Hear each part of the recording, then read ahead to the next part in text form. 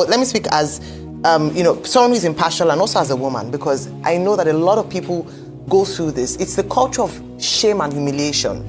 When you do something wrong, the first thing they want to do is to attack your person. First of all, she was called a prostitute, so it's a very easy insult for a lot of Nigerian women. You do something, you say you don't want to buy something from a vendor anymore, they say, Ashawo, get out. You say you don't want to do something, Ashawo. In fact, after a while, it becomes almost a compliment. So it's a culture of shame and humiliation that must end as part of our culture here in Nigeria. And then the second part is that I think we should stop comparing her and calling her Kwamtu, because the situations now that she has come out to express herself are vastly different. In one instance, he was resisting doing what was right in terms of aviation security. In this instance, she wasn't. She asked for help, and it was the high-handedness of the air hostess that brought her to this situation. So it wasn't like she was resisting. She's not Kwamtu. It was just a situation that was badly managed because of the cultural thing of older, younger, who are you to talk to me, who are you not to talk to me. I agree that there should be a customer service training for all airport staff, because it's not just Ibom Air. A lot of people who have traveled either locally or even sometimes even internationally, depending on the flight you take, want to see how we are treated.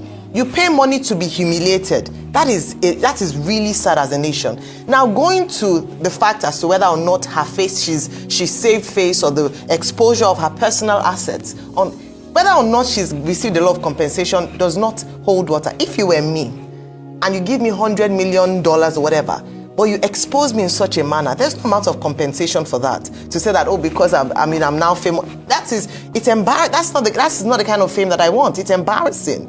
And like she mentioned in the video that she released, it's beyond now, it's her future. The internet never forgets. Her children will Google her name and see. Her children's friends in school will mock her children potentially for this. How do you pay money for this kind of thing? So it's a culture that must be addressed, and also a culture that must change. How do we change this systematically? How can we report this? And that is why there must be punishment for everyone involved, not just the air hostess, but every single person who was there and did nothing that was an official. The people who yanked her off the flight and carried her and manhandled her ought to be brought to book. We can see their faces in the video. And then finally, I would like to land on this point, because enough people have talked about this. Why is it that as a people, we don't know how to protect ourselves? How many others were on that flight and saw what was meted out to that woman and did nothing and just walked past? It's like the story of the Samaritan.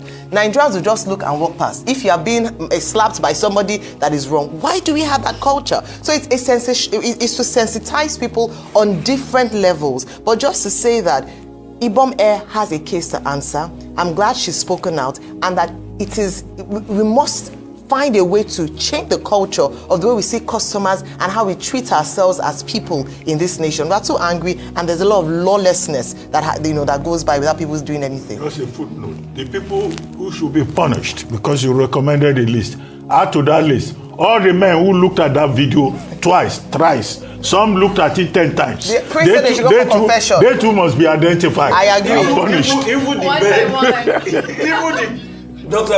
the men that shared it on many WhatsApp groups. Yes. Everybody. All the men that looked at it more than once. They are all guilty. They're all guilty. A poor girl, turn her into a Can you monster. imagine? No, it's so sad. Okay.